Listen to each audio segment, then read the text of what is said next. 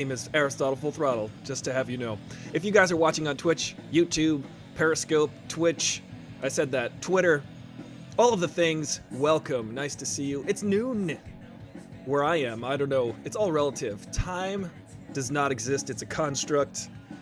We're just coasting through this pandemic situation. I hope that you guys are able to find social circles in which you can batten down the hatches and be safe and maybe wear masks and be 6 feet apart, but just be responsible during this time as much as you can, because, guys, people are saying, doctors and scientists are saying that if we all just wear a mask, there could be a 30% increase in the people that could be saved at the end of this pandemic. So everybody wear a mask. What's up, Ricardo Rucka? Nice to see you. Everybody in the chat rooms, just waiting for everybody to trickle in.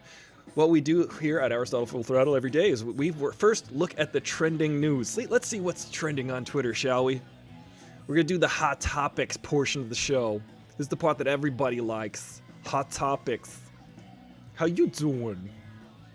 That's right. Let's do some hot topics. Oh, it's Robin Williams' birthday today. Robin Williams, we loved that guy, didn't we? Funny guy, much funnier than most human beings, way funnier than me, for sure. God, is that even, why would I even compare? That guy could be funny and funny. He was very manic. Very sadly, though, he took his own life several years ago, and he will be forever missed. Robin Williams was in a movie called Good Will Hunting, and that was one of my favorite movies of the 90s for sure, and definitely my favorite Robin Williams performance. As soon as I left the theater when I saw Good Will Hunting, I was like, that man, Robin Williams, will win an Oscar for that. And he did. He won an Oscar for that, and I was like, that was the first time where I could see him really fully becoming a character that he hadn't really, you know. Mrs. Doubtfire is great. Don't get me wrong, Mrs. Doubtfire is wonderful. I'm going to play some atonal jazz, guys. Remember the 70s? Nobody remembers the 70s. That's why the 70s was so good. I look like I'm a product of the 70s.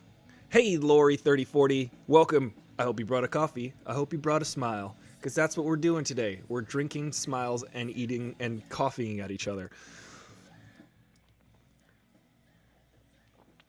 My sentences make less and less sense. I should take the cognitive test that the president just recently took and said he passed with flying colors. What's up, V-Dre? 8577. People, have you seen a cognitive test, what it looks like? They tell you to count backwards from 100. Let's see if I can do this. Let's see, 100, 93, 86, 79. Wait, am I right? Yeah. 72. 65, 58, 51, 44. I'm doing it. I'm cognitive testing myself. 37, 30, 23, 16, 9, 2, -5. I can keep going forever. I did it, guys. I'm cognitively tested. I'm smart. I'm as smart as the president. Look at that, ladies and gentlemen. If you show me a drawing of a rhinoceros, I could identify it in less than 3 guesses. I'll tell you, that president, we give him so much credit. He's like, you couldn't do that test. The last 5 questions, they're really hard. He was confronting Chris Wallace the other day in that interview. If you were watching that interview with the president, Chris Wallace from Fox News, his own home turf too. Sit there going, hey, president, that test wasn't that hard that you took. Chris Wallace is saying to president's like, you take those last 5 questions. Those last 5 questions are really hard. I looked at the last 5 questions of the test. They are literally, what is today's date? What is your location? Who is the president? If I was the president and was not sure, yeah, month, day, year. What's today's date? Honestly, I couldn't tell you today's date. There's no way of knowing. There's no way of knowing what any date is anymore. I'm going to play a song for you. some jazz, everybody. We're gonna play some jazz for everybody. Welcome, everybody.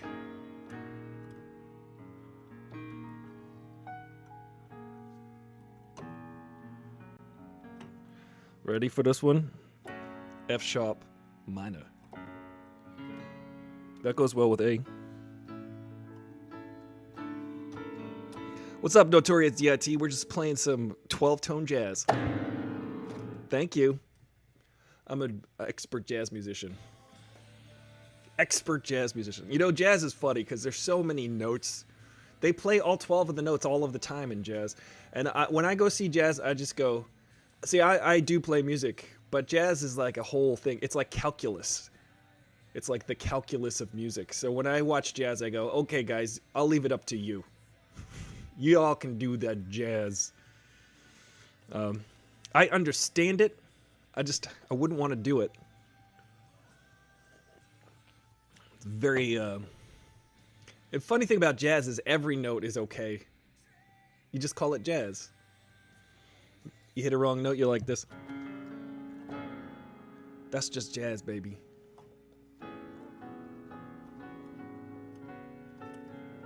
That's just jazz, baby. Jazz chords on the guitar are fun. I'll play a...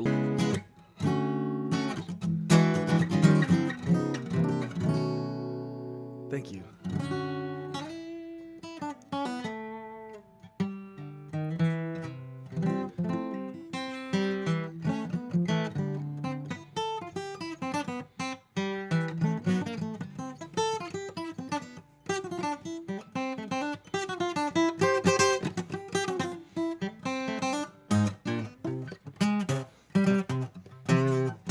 Ready?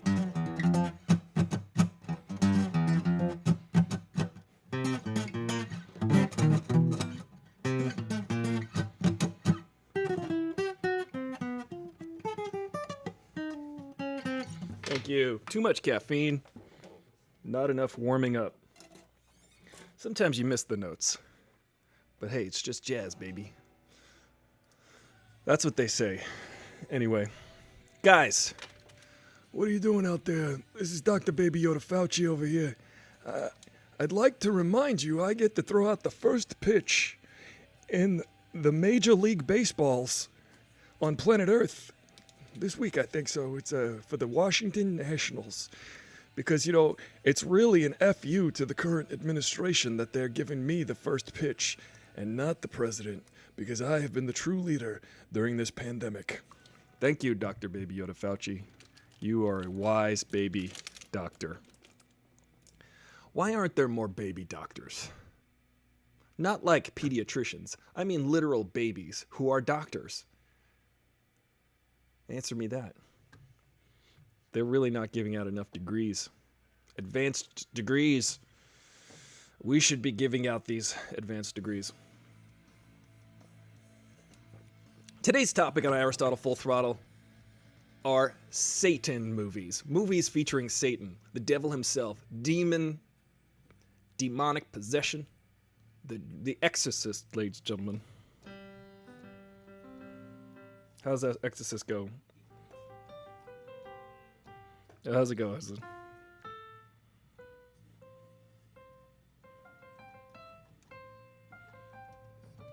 I don't know how it goes. I'll have to think about it.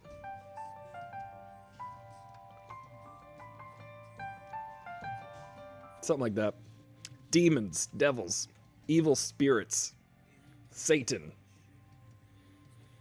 All degrees are advanced compared to my high school diploma. You know what? Your high school diploma, that's nothing to sniff your nose at. That's nothing to spit on. That's nothing to scratch your eyeball on. That's nothing to create a minor infection around your ear about.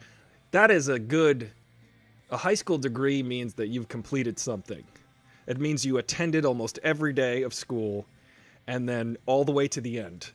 I keep having dreams where I forgot to return a textbook at the end of high school, and they're like, well, you can't graduate unless you return that textbook. So to this day, I'm like, feel threatened that these teachers are holding my high school degree over my head because of a frickin' math textbook. Guys, let me ask you a question. What's your favorite Satan movie? Who's your favorite Satan? Mine, Dave Grohl in Tenacious D and the Pick of Destiny. That's a pretty good Satan, if you ask me.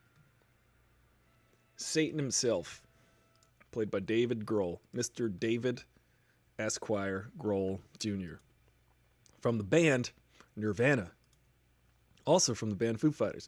Although we keep saying, look at Dave Grohl, he was in the band Nirvana. Of course he was in the band Nirvana. It was a huge band. Biggest band in the world, arguably. However, Dave Grohl has been in a band called Foo Fighters for many times longer than he was in a band called Nirvana. And interestingly enough, Foo Fighters has way more hits than Nirvana ever had. But again, the majesty and the greatness of Nirvana still outweighs that of the Foo Fighters. However, Dave keeps trying, and you gotta give him a D for effort. What else is trending? They're shown a shiny demon stone. Thank you, Notorious DIT. If you guys are watching on YouTube, for some reason my Restream chat room, where I can monitor the actual chatting, is not linking up. So I'm going to have to figure out an alternative way to read your comments. So I'm going to do that right now. But they're showing a shiny stone. Hey, K Griff and everybody. I can see you now. I've got another window open so I can see the chat over there. Thank you for bearing with me. K Ferg, everybody. I see you now. For some reason, you guys aren't consolidated in my little chat Restream room here because, you know, technology never wants to work out. Technology never lives up to the promise. This is what we've learned about technology. Everything is... See, for instance, Restream is a service that says, hey, man, check this out. We're Restream, right? We're going to put all of your platforms in one spot so you can just stream out, and we'll consolidate all of the chats into one application that you can open up and see everybody's comments all the time. That's the promise, right? And then the reality is, oh, we're not connecting. Something went wrong. Malfunction. Refresh. Restart. There's always a reason for the problem, and it's usually user error. But for some reason, I can't get it to connect. But I can see you guys. Rosemary's Baby. Super Jazzy Bros.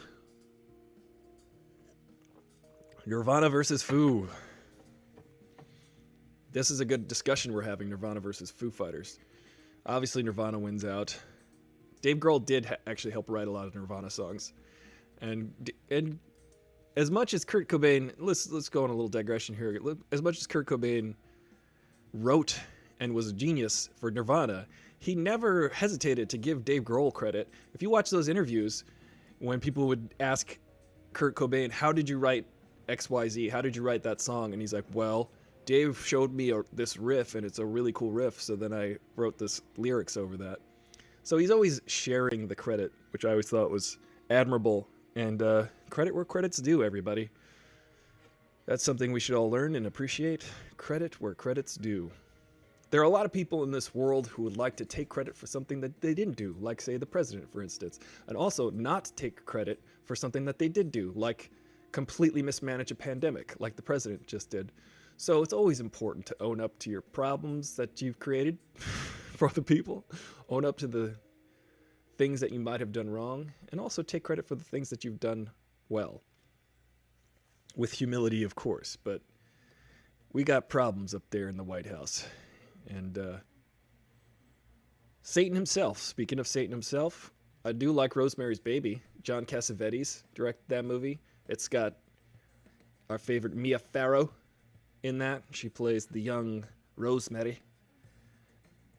Of course, being pregnant with the spawn of Satan himself. Thought that was pretty cool. Thought that was an interesting look at the Cold War, right? The cults, people coming together to assemble and discuss things. In the movie Rosemary's Baby, the people got together in these groups, and it was kind of like the Red Scare of the 60s. People getting together to organize to create communism and influence a whole new generation with, you know, Satan. Who could it be? Satan? Yeah, Bleach and In Utero. Oh, so your favorite Nirvana songs, Will, are on Bleach and In Utero. I do like Bleach, Nevermind, and In Utero. I don't really know much from the one that was like the B-sides album, Incesticide. I don't really know that album that much. Well, I know there's a couple songs on there that aren't on those other albums, but Bleach is great. I mean, come on. There's so many good riffs on that album. Let's see. Let's play a riff from Bleach. How's it go? Yeah.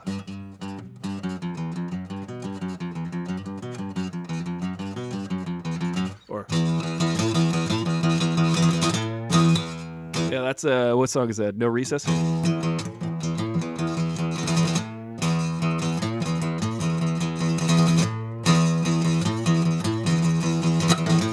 That's a great song. And what was that one?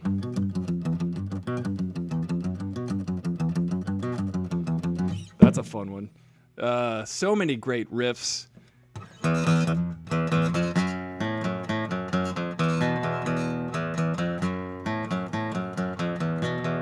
When you're a kid, these are the songs you learn first.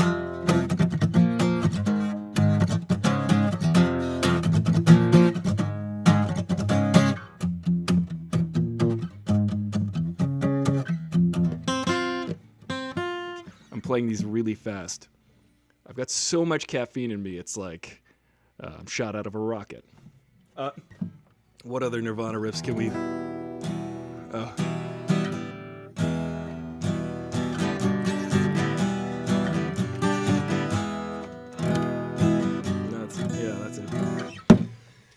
That's a good one. If you guys get the chance, treat yourself to Puddle of Mud doing a cover of that song. What was that song? About a Girl. That's it. Treat yourself to Puddle of Mud singing that. It is rough.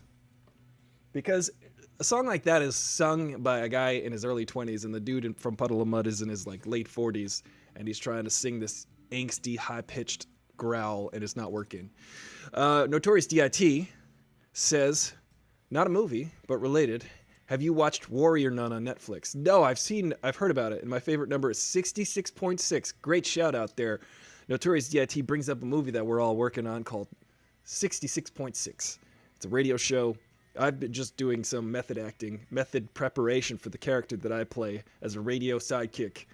I've been doing this just to get into character, because we don't know when we're going to film again, but we did film a scene from that. And that's a shout out to the Boxlightners who wrote the script, and our friend here, Notorious D.I.T., who is also a contributing factor and worker and producer, I believe, on this movie. Very excited to work on that. It's coming out. It's coming to a theater near you sometime in the future. Here we are now. Entertain us. Lori 3040, what's up? K-Ferg, how's everybody? K-Ferg saw Warrior Nun. The series ends abruptly. Ooh, you know what I saw, guys? I liked Dracula. Did you guys watch Dracula? Speaking of sort of Satan, demonically possessed movies, Dracula. I really enjoyed the first episode. I thought it was one of the best episodes of TV. I thought it was one of the best episodes of Sherlock Holmes, of Sherlock, that I've ever seen. And then the second one was okay. It was pretty good. And then the third one was like, it was okay. It was weird. Guys, if you are on any of these platforms, please like and share and like and share. The actor I liked, but it's definitely a fish out of water episode. And I thought that the fact that he was a fish out of water in that was so hilarious. Everybody heard that episode 3 sucked. Episode 3 is incongruous expectation of episode 1 and 2. I feel like because it tries a different thing. Here's the thing about TV shows and series is that when they shift in a tone, or if they shift in the format too drastically, and this happens a lot, and that's why they call it jumping the shark or something, when they're like the so yes, I will admit Episode 3 of Dracula on Netflix jumps the shark. Problem is, people they want to have the thing that they had to begin with. Sometimes when they switch it up and it gets better and people want it more and they like it and they get more of stuff that they didn't even know that they wanted. However, Dracula, the 3rd episode, I like what they're doing. I like the idea of it. It's not as easy to get through as the other episodes. But I feel like we get so dismissive of shows and their quality because it switches up the format. And I think a show like Breaking Bad does that so well, where they switch up the format so gently throughout. By the time it's the end, you're like, wait, this is a different show than when it started. Or the characters have shifted all in position from when it started in such a way that if I were to... like, for instance, Walt, the show is called Breaking Bad, so we know from the start that this guy's going to turn bad. And eventually he does. And by the time he turns... We're always identifying with him, and we kind of always want to see his arc finish, but we don't like him at the end of the show. We start to not like him halfway through the series, or just throughout the whole thing. We start to just slowly dislike the main character of the show. Yeah, Dracula is self-contained. Dracula is made by the same folks that made Sherlock, and that's why Sherlock had that odd episode, that odd season out where they were in the contemporary, Sherlock, Sir Arthur Conan Doyle era of Sherlock, where he wore that stupid hat. Everybody's got to have a stupid hat. Hey, everybody, what's your stupid hat? Let us know. Other Satan movies. And why does Dracula get to change appearance from blood, but... Let's see the hate on Dracula 3rd episode.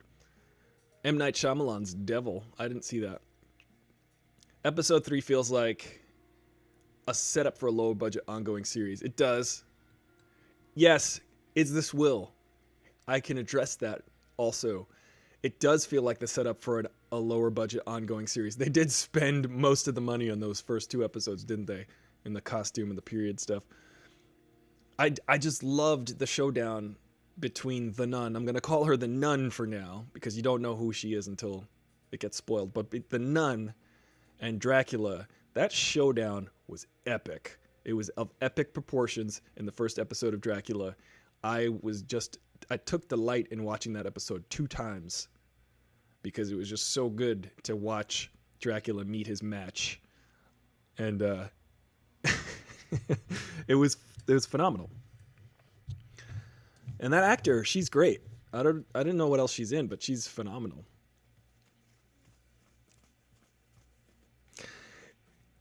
Yes, Will, I would like to address that setup for the lower budget ongoing series. If you guys can remember, there was a show called V in the early 80s, in the mid 80s. There was a show called V, and it was about an alien invasion. Now, I'm all about alien invasions right now, and K-Griff, do not spoil this for me, because I'm only halfway through War of the Worlds right now, the TV series. Please don't spoil it, K-Griff. I know you like to spoil it. I'm gonna be very careful not to spoil anything today for anybody. But I'm only halfway through the season of War of the Worlds, so don't mention anything about the second half of the season. But I'm all about alien invasion TV series right now.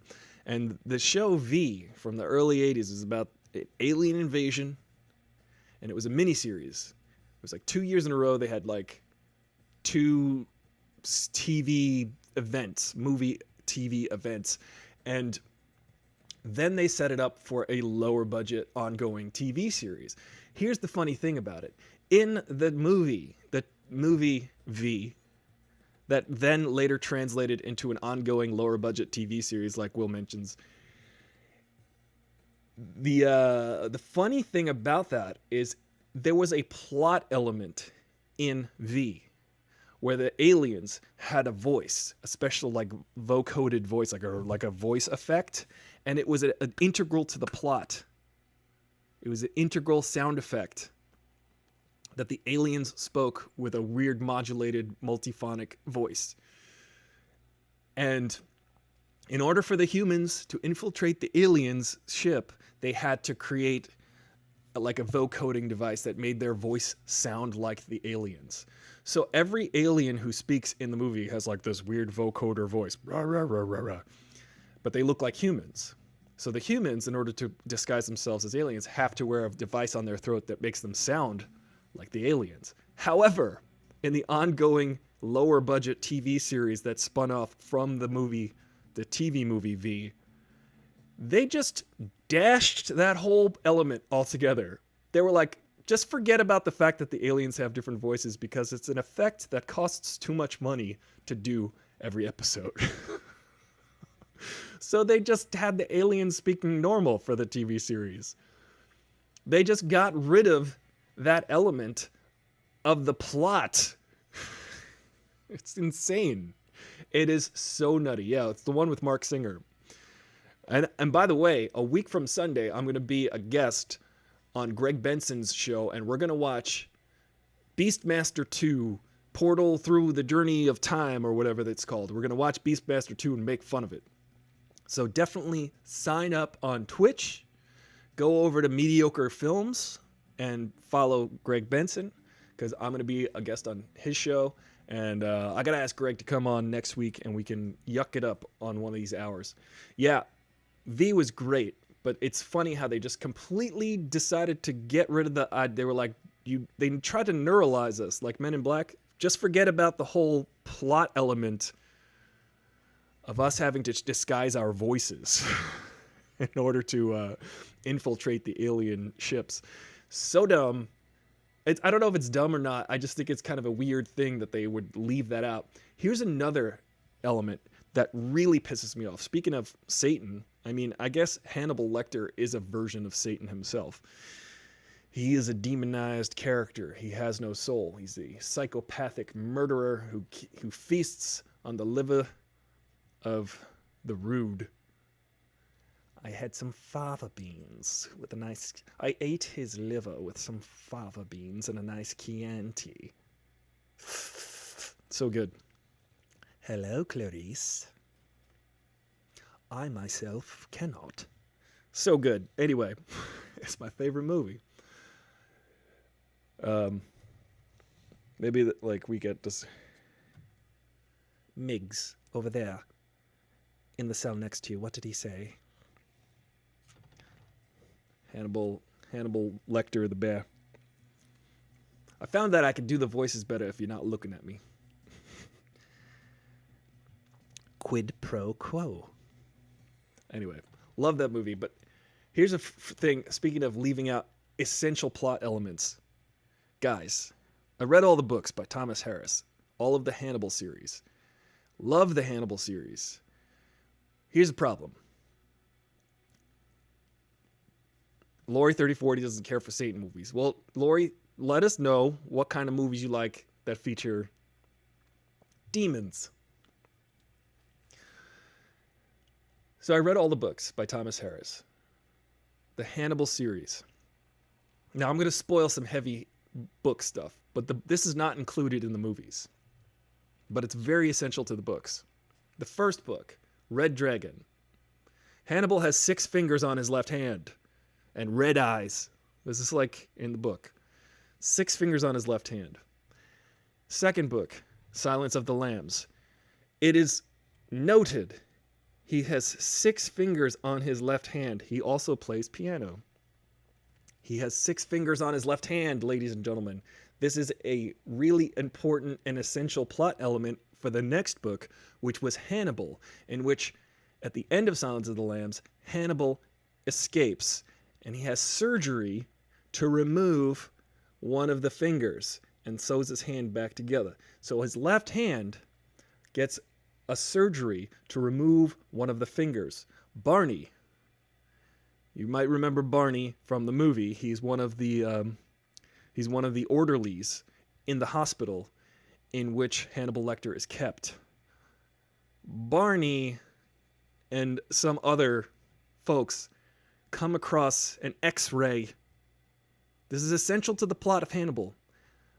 of a left hand that has had surgery on it, and they basically identify it as Hannibal Lecter's hand.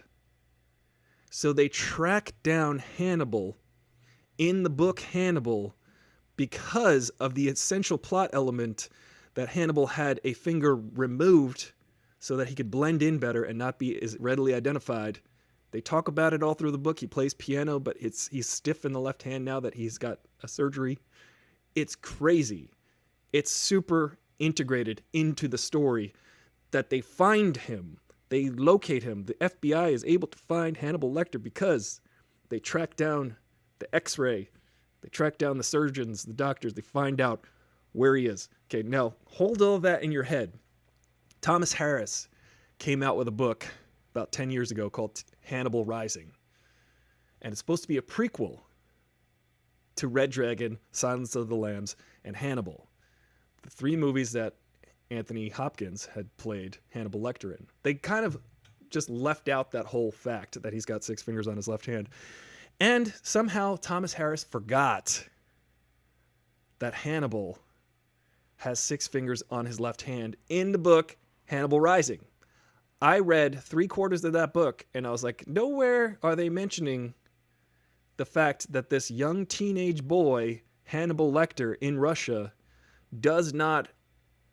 he has a deformity or he has polydactyly on his left hand.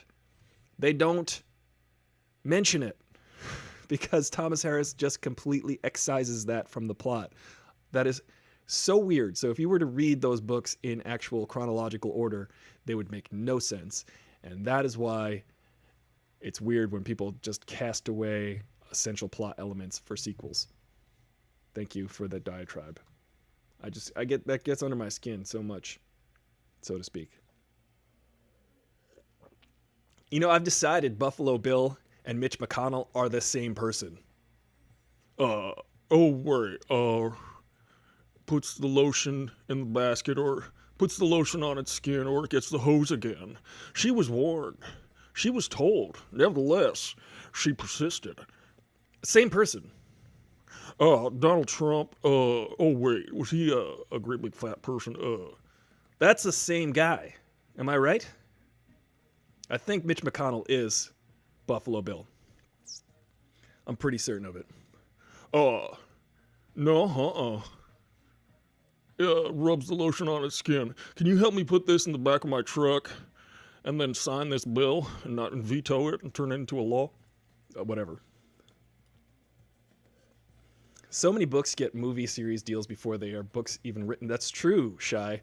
Interesting that you brought that up because the movie 2001: A Space Odyssey, which was directed by Stanley Kubrick, was created for film at the same time while it was being written by Arthur C. Clarke, inventor of the communications satellite.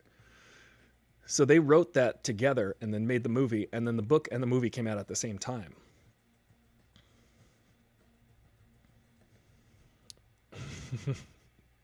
Hey, Tatiana. Hey, what's up? Dracula, and you were just watching Dracula as you clicked on this. See, we're all in sync. But I get to be Justin Timberlake. Muffler Mitch. Okay. Yeah, no, maybe she was an old lady that lived in this house. I don't like Elizabeth Warren. She was warned. She was told. Nevertheless, was she a great big fat person? Same guy. I'm quoting the movie. Buffalo Bill doesn't have many lines in the movie Silence of the Lambs, so sorry if that line is a little bit crass. I find it crass as well, but that's what he says in the movie.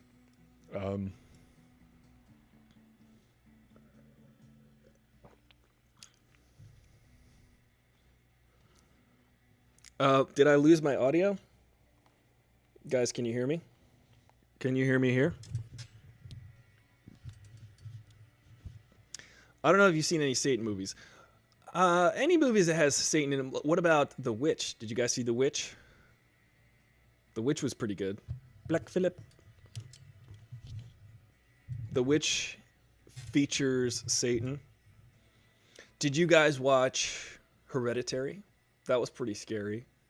I think it had like a Cult of Satan in there. I think Hereditary is one of the best devil movies since The Exorcist.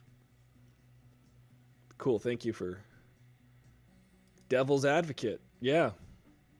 I guess we can do 6 Degrees of Keanu Reeves. That's pretty good. It used to be 6 Degrees of Kevin Bacon. Now it's 6 Degrees of Keanu Reeves. Let's see who could do that. Name an actor, and we'll connect them to Keanu Reeves.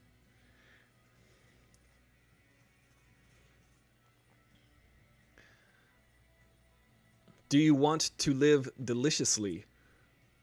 Yeah, who doesn't, Ron? I mean, I'd like to. Mitch McConnell, nevertheless, it puts the lotion on its skin or it gets the hose again.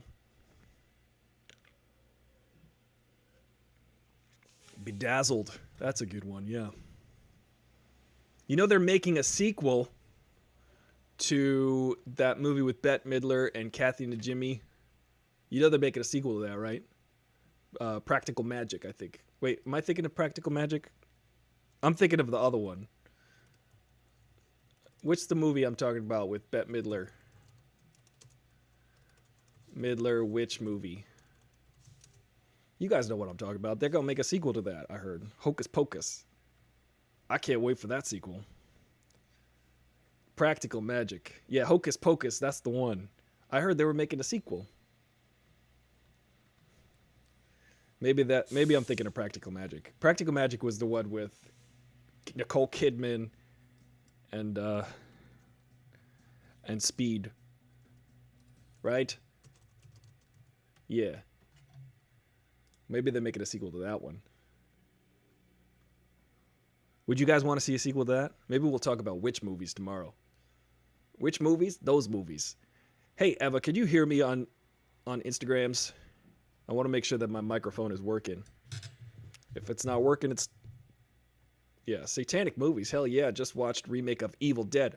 The remake. I haven't seen the remake of Evil Dead, but I do love Evil Dead 2. That's my favorite movie. That's a horror movie and also weird. What about... Stalker Channing. Remember her? Where's she been? I think she's on a lot of things. OMG. OMG. Hey, can you hear me? On Instagram, I know everyone else can hear me. I just want to make sure. Can you hear that perfect fourth?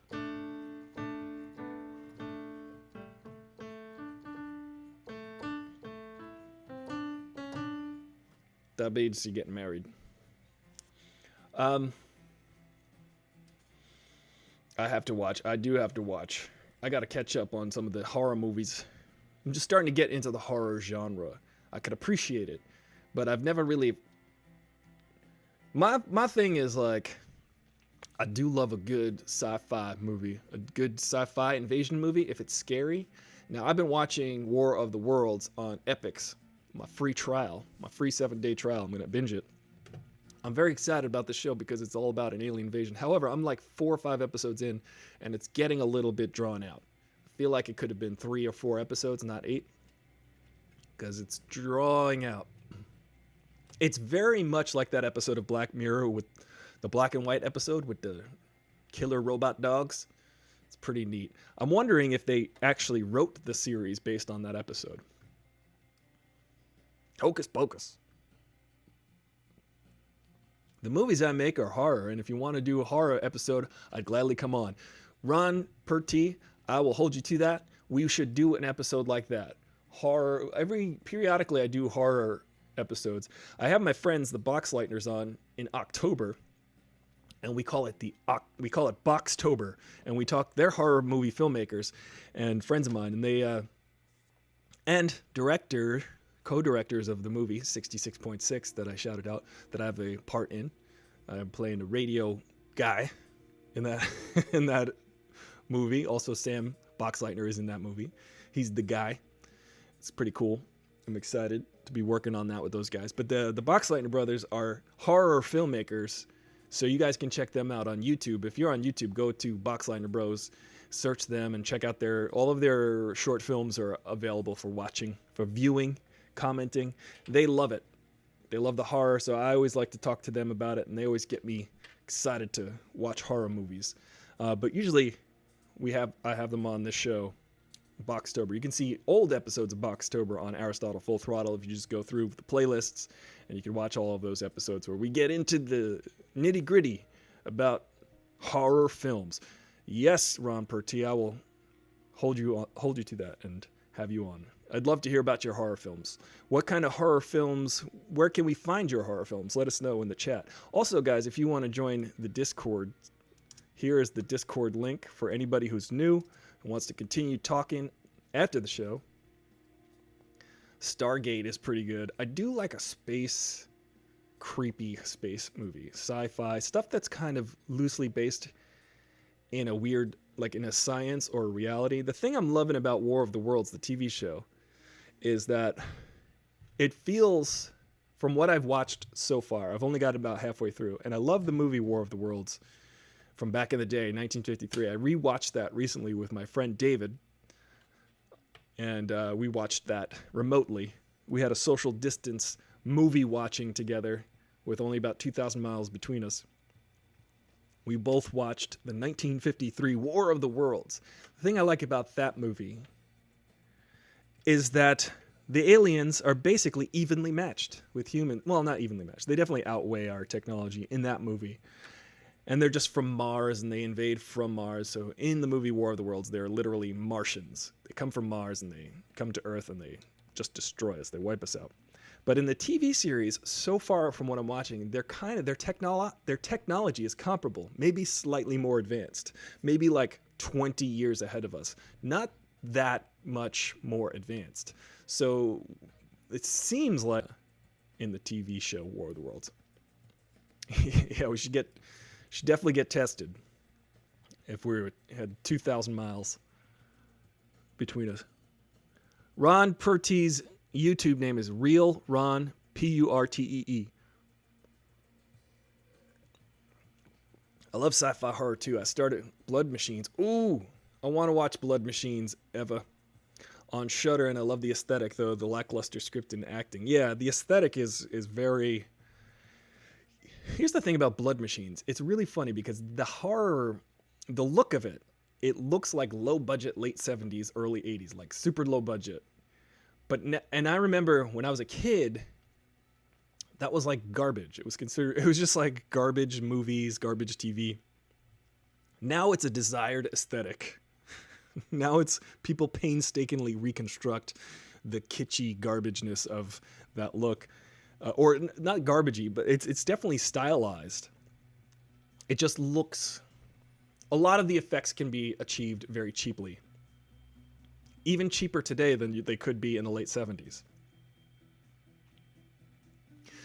If you watch the original Alien, the screenwriters for Alien wrote a low-budget student film, which was the basis. It was called like Star Demon or something like that. And the original design of the alien monster that the movie Alien is based on, it was a short film called Star Demon. I forget. Literally, the alien design in that short, low-budget film was like a beach ball. It was literally a beach ball with spots painted on it. And that was supposed to be the evil demon that they fought in space. I thought that was hilarious. You guys can watch my video on alien facts on YouTube. Just search Aristotle Full Throttle Alien, and you will see I have a video about alien facts. I hope you like it and share it. Spaceships are cool. Yeah. Super high budget, super low budget. It doesn't really matter. Horror movies can be super low budget, and that's part of the desired effect. You can just have a scary premise and not really have any effects, like the movie Hereditary. There's really no effects in that movie, just kind of allusions toward strange happenings, and the ideas are scary enough. Even the movie Exorcist has kind of a lot of cheap effects, but the idea of it is super scary because it's so baked in. Yesterday, I had a guest on, Jake. You guys can watch yesterday's show. We talked about Jesus movies. Check it out on Twitch. Jake and I were chatting about that. Jake is he's studying to be a military chaplain. So we talk about Jesus in movies and ideas of that. Now today we're talking about Satan in movies because it's the natural progression. Obviously. Dark Star. Yes, Ron Perty. Yeah, I understand that you are a student of the history of film. So thank you for having my back on that one. The movie that I was referring to with the original alien design that looks like a tomato is called Dark Star. Orson Welles shows up and eats everything. That is terrifying, but also believable. Ron, thank you. Is this Will? Going audio only for the drive back to work. See, that's what the good thing about this show is. There's not much to look at. Put it on in the background and just have, and I'll be your soothing voice for your ride home. And hopefully you will not fall asleep while driving. Yeah, Dan O'Bannon is the name and directed by John Carpenter. Yes, indeed. Indeed. Those are true facts. Dan O'Bannon was pretty cool. He wrote the screenplay for Alien, and all of the characters in the screenplay just go by their last names. Ripley, Ash, etc., etc. And the idea was, in the writing of the script, is that no gender was assigned to any character. So all of the actors were cast based on how well they fit the character description, regardless of gender, which is why, and it's awesome, Ripley was the best fit for Ripley. Sigourney Weaver was the best fit for Ripley. Iconic to this day. So if that script was written with the assumption that the lead character be a man, we would have gotten someone else, but we would not necessarily have gotten at all Sigourney Weaver in this iconic role, because when Dan O'Bannon wrote the script, he said, this doesn't matter what gender you are. These are the character descriptions and how they interplay with one another. And that was genius, because it's a kind of a proof of concept that gender is a construct, for sure. The way we think of gender is definitely, it's just a construct, because Ripley's running around with a flamethrower in that movie, and in the 70s, people were like, what? What's going on? A lady with a flamethrower? I can't comprehend this. But Dan O'Bannon definitely did. So if you ever get the chance to read the screenplay for, or the character breakdown for Alien, Ripley was not given a first name until Aliens, when she was named Ellen. So James Cameron gave Ripley a first name. Return of the Living Dead. That's what Dan O'Bannon wrote after that. You know, another great horror writer, or at least genre writer, for sci-fi and horror, or both, kind of a mix of sci-fi and horror, Alex Garland. Do you guys like Alex Garland? What's up, Eva? Tag teaming on multiple platforms. Oh, you're sweet, Eva. Thank you.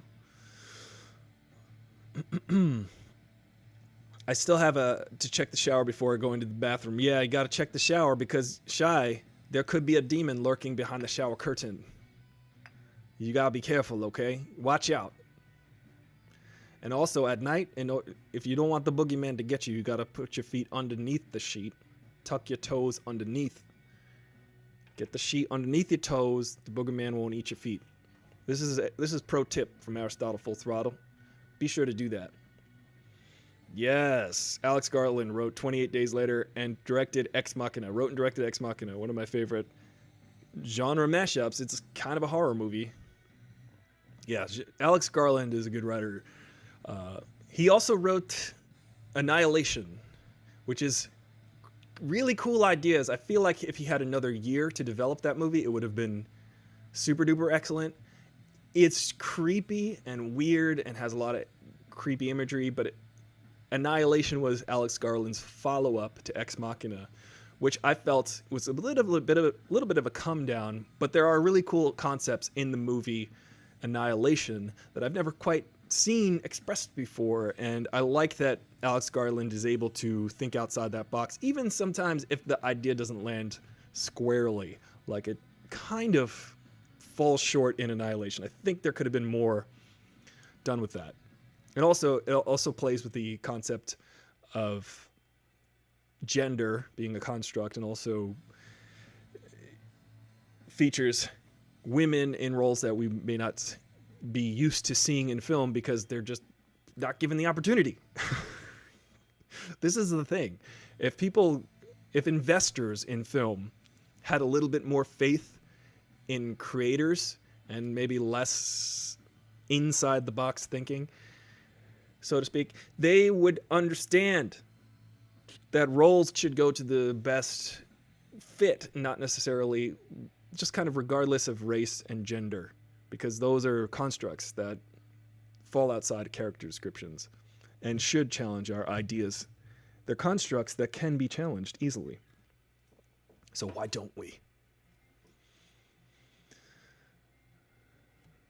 Alex Garland's show, Devs, I don't know what show that is. I want to check it out. I really didn't speak English when I watched all of these movies. So scary. Uh-oh.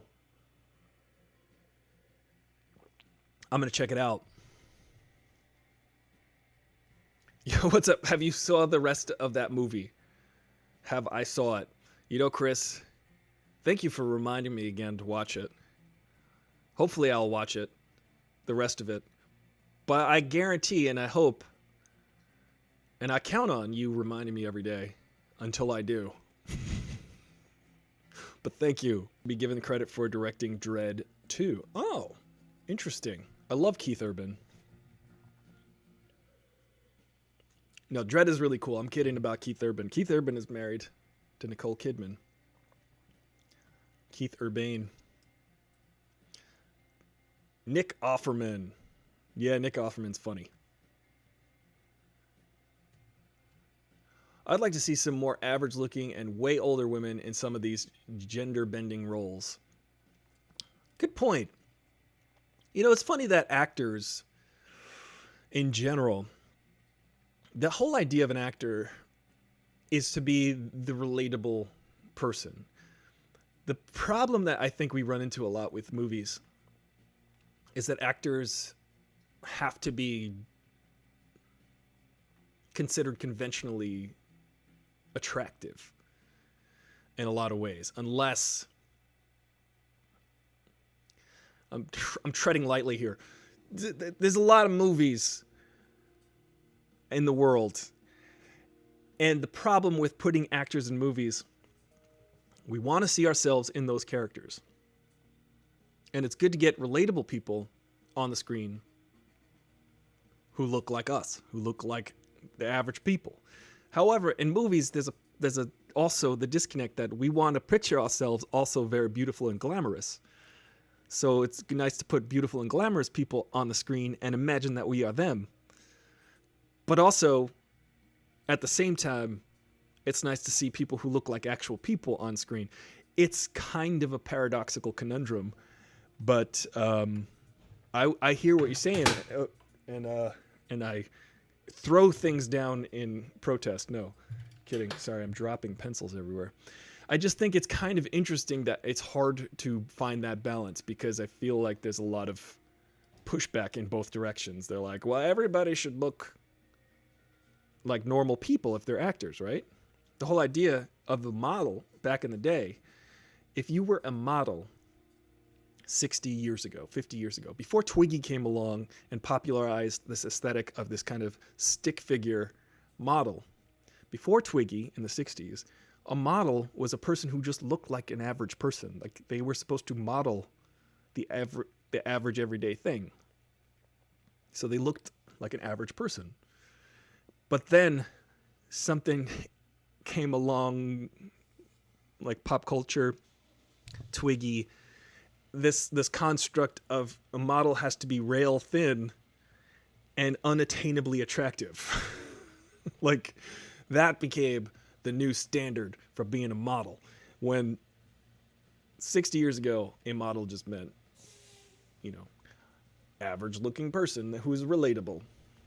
I don't know what happened, but things get really pushed. People start to like pin all the levels, if you know what I mean. Like even a woman in the role where she has to be mega hot and sexualized, not always, but generally. Yet, I'm reading Eva's comments here. Yet so many men can play whatever looking. Yeah, so true. Yes, Eva, men definitely get way more.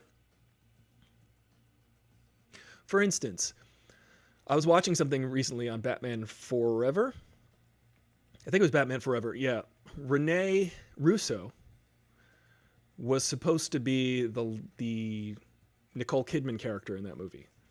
But Rene Russo was too old to play Val Kilmer's Batman's love interest in that movie. She was too old, yet she was 6 months younger than Val Kilmer.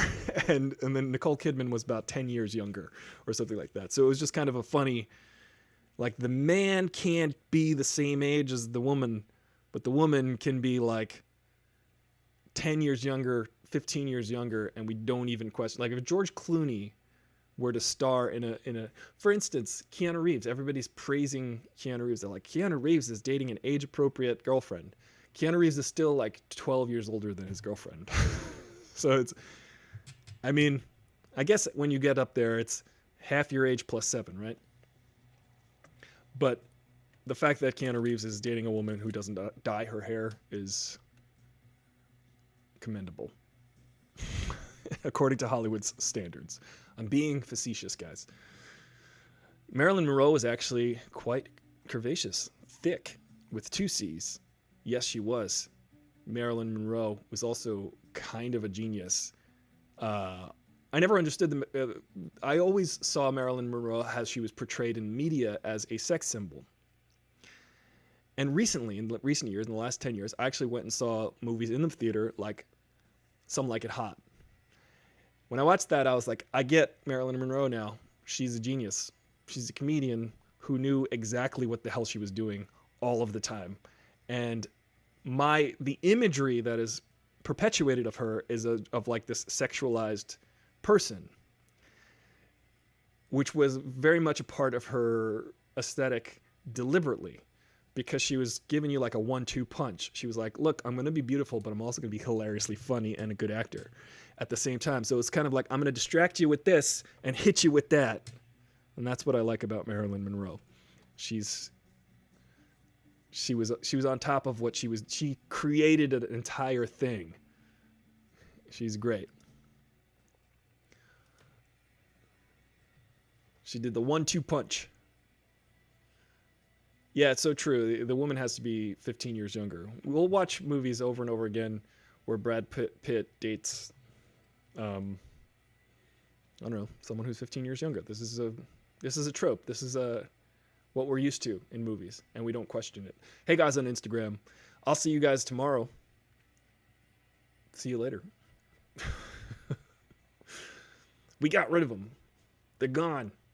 Let's talk behind their backs. I kid. I love the Instagram audience. I feel like a lot of people come over from Instagram and hang out on Twitch and all of the other platforms, which is fun. But I don't like that Instagram only allows you 1 hour. I think they only allow you 1 hour a day or something like that. They're like, you can't do too much more than that. What are you trying to do? Exhaust yourself? Yes. Rene Russo, Lethal Weapon 3. Yeah, she's great. Rene Russo is a classic tour de force.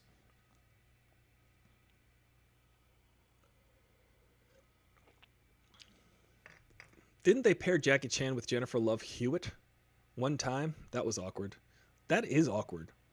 Jackie Chan is 117 years old. Still doing backflips, though. He's crazy. Jennifer Love Hewitt. J-Love. What happened to Jennifer Love Hewitt? I remember having a huge crush on her. I'm asking for myself. I would like to know. Where is she? And is she available? That's my question.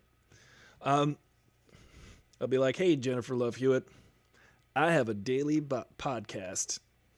What do you think about that? And a neck beard. I think she's older than me, though, so won't work. Won't work out. I'm Googling her now.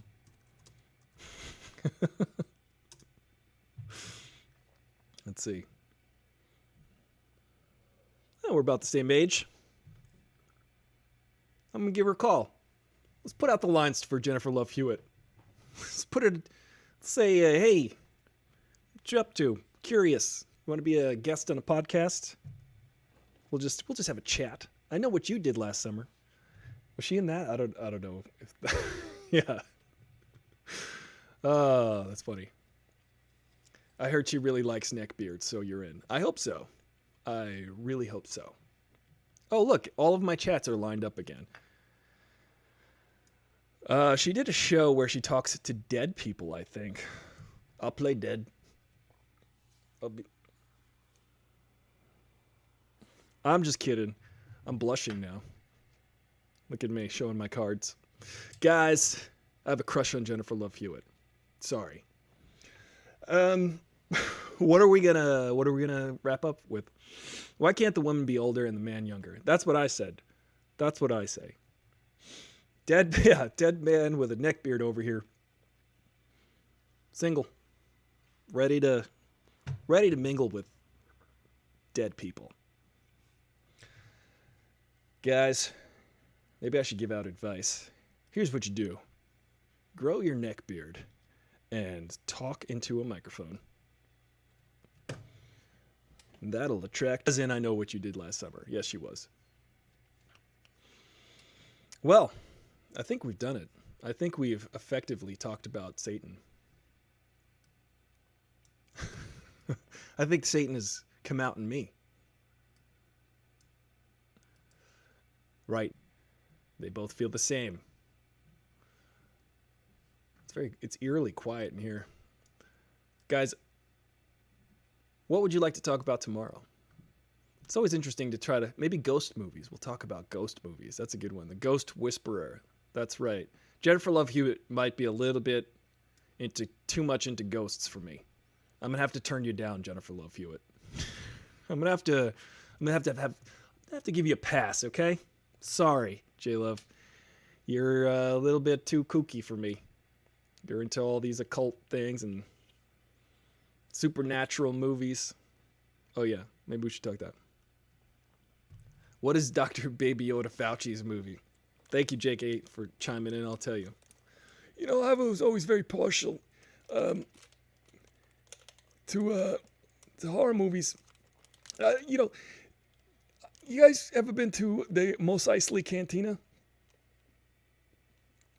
It's wonderful. There's actually a guy, he comes there every so often, looks just like Satan. A friend of mine. He's got devil horns. He looks like Satan. A lot of people think he was just kind of a throwaway. That he was just from a stock mask department. They were like, we ran out of alien masks. Maybe we'll give this guy a Satan, and there's going to be a werewolf over there. But I'd say that my favorite Satan is that guy at the bar. We drink blue milks together. It's wonderful. He's a friend of mine. I don't know, Dr. Baby Yoda Fauci, that's not really a movie. What do you... Why can't it be? Why can't it be just friends? My friend is Satan himself. You have a problem with that? Yeah, I'm sorry, Dr. Baby Yoda Fauci. That's not what we're talking about. Get out of here. J-Love was in the tuxedo with Jackie Chan. Yes, the tuxedo. I can just picture, I don't even know what the tuxedo is, but I can picture Jackie Chan jumping in and out of a tuxedo in acrobatic fashion.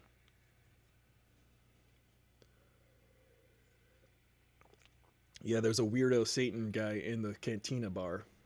I think that's what Dr. Baby Yoda Fauci is talking about. Well, guys, we can talk about neckbeards and movies and J-Love. I was going to say J-Lo. I don't really like J-Lo as much, even though J-Lo... I like J-Love more than J-Lo. I think J-Love is a better singer than J-Lo. And I have this on good authority, because I've heard outtakes. It's probably on the internet now. Guys, this is just between me and you. J-Lo is a triple threat. Okay? She could sing, she could dance, she could act. She could definitely do one of those. Definitely. I'll tell you, one of the other ones that she does professionally, singing, as a musician, I'm just going to tell you, I'm going to come out. This is secret.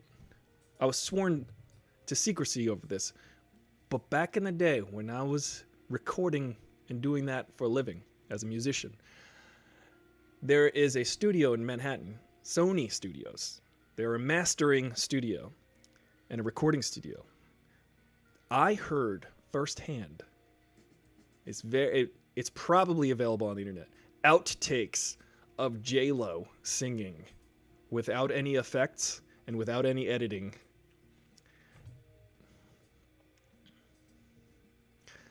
And all I have to say about it is this face.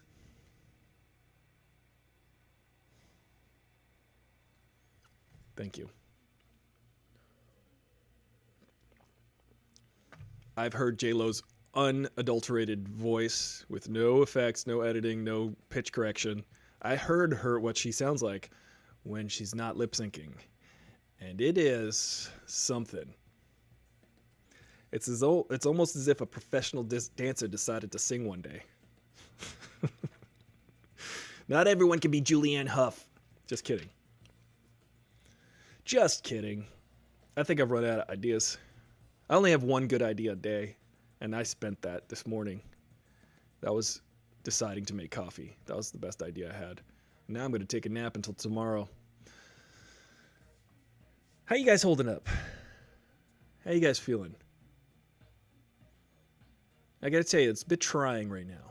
It's a bit trying that we all got to kind of mitigate our circumstances. I feel like a jerk if I want to go out to a restaurant, because guess what? You go to the restaurant, I drive down the street and I see people in open air restaurants and I'm like, cool, this is supportive of businesses. But then I don't see anybody wearing masks because they got to eat. And then you're like, wait a minute. Now there's a whole bunch of people sitting around during the peak of a pandemic in this country and in this city in particular, sitting around not wearing masks. But it's open air. You're like, okay, well, that's fine. But then you see the servers walking around with all this headgear on and masks and face shields, and you're like, how is this at all considerate? That this server is potentially exposing themselves to a potentially deadly virus just for tips. And I'm like, I cannot understand where we're at right now. I can't figure out what the right thing to do is right now. It's a very confusing time, and I hope that it feels a little like, not to be too dramatic, but it feels like Will Smith in that zombie movie. Trying to get that cure. We need that cure. We need to figure out that cure. Dr. Baby Yoda Fauci needs to watch Rosemary's Baby. Hey, Ron, what makes you think that I am not Rosemary's Baby? That movie came out about 50 years ago. I'm that same age, so I could be Rosemary's Baby. I very well could be. He really could. Paula Abdul. Uh-oh. Bringing up another childhood crush here, K-Ferg. Paula Abdul. She was half the reason why I watched any American Idols, because I had a crush on her. But she was very... Paula Abdul, though, she would have an off night every now and then. You'd wonder if she was even hearing anything. Same thing with Simon, to be honest. I think Simon was we're going to talk a little bit about American Idol. Simon, just kind of a jerk. A lot of times he just picked his favorites on that show and then would back his favorites and then also trash people he didn't like. I don't think he was a fair judge. I think he was just trying to pick who he thought he could market. Fair enough. I think Paula Abdul was there because She's fun. The girls' schools are opening, but I'm keeping them home. Yeah, that's a good idea. Have you done an episode of the pandemic movies? Would that be too soon? I did at the very beginning of the pandemic. I did an actual proper edited show, Jake, on that. You can scroll back on my uploaded videos, and I did one on pandemic movies, or movies that make us feel that, you know, outbreak and all that. Yeah, people are still having Zoom meetings, but it's okay to send kids to school. How's that make any sense? Yeah, Ron, this is what I'm feeling. I'm feeling very confused right now. The president for months is like, I don't know, you should wear a mask, but I'm not going to wear one. What kind of leader is that? What kind of leadership? What kind of... Humans are monkey see, monkey do. That's what we are. We learn through example. I don't care what culture you're from or whatever. You have to demonstrate good behavior in order to propagate good behavior throughout the human species. This is just how we work. You can't write a thing down and say, do that, and I'm going to just be over here not doing that. Y'all should wear a mask. I'm literally the leader of the free world and the United States president. I won't society. But I don't know. I'm not going to do that. It's just not how we work. It's not how we function. Here's an example. Be around a 2 or 3 or 4-year-old and do a thing. Anything. They will do it because they're a human, baby, and humans learn this way. We learn from watching you. It's just how we learn. If you tell a kid not to do something, they're going to do that thing. If you tell a kid not to do the behavior that you are doing, that doesn't work. You have to demonstrate good behavior. You have to demonstrate proper ways to behave. You can't just write them down, tell people that, and expect people to know how to do it. Kids are funny because kids don't understand. I took a child psychology course. I've never had kids, but I have nieces that my sister mentioned and a nephew. And kids learn from example. If you tell them not to do something, they just hear the thing that they're not supposed to do. Don't kick your brother. Don't kick your brother. Kids hear the term, kick your brother. They don't have an alternative behavior. If you say, keep your legs still, stay seated, stand over there, if you give a kid an actual alternative action to do, they can understand that. If you give them an alternative behavior, keep your hands to yourself. Put your hands in your pockets. Don't hit your brother. And when you say don't hit your brother, they just hear the action of hitting their brother. That's what they hear. Kids hear the thing that they're not supposed to do, and they do it. So you have to tell them an alternative behavior, so that because the kids are always going to move in the positive. They're always going to move in the direction of an action. So you have to give them an alternate action to do. So when you tell a populace, wear a mask, but I'm not gonna, same concept. You're really not demonstrating a thing for them to do.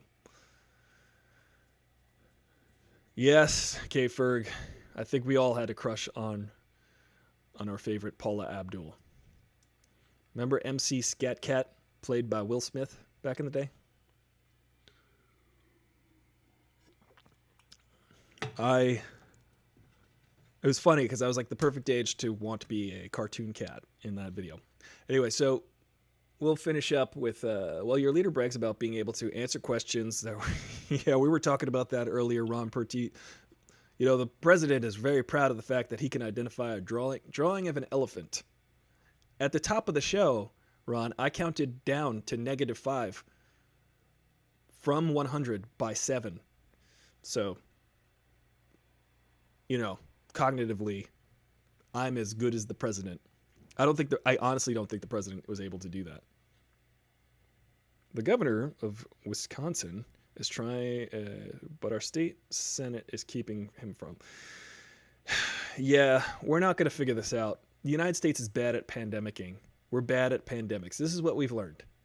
What have we learned today? Every day we learn something here on Aristotle Full Throttle.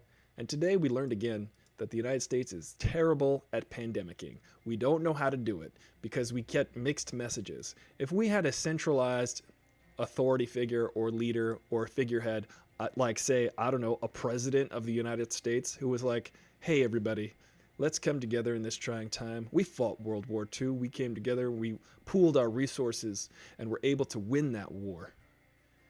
Let's come together like we always have in times of crisis in this country and unify and become one nation together, regardless of affiliation, regardless of religious background and race.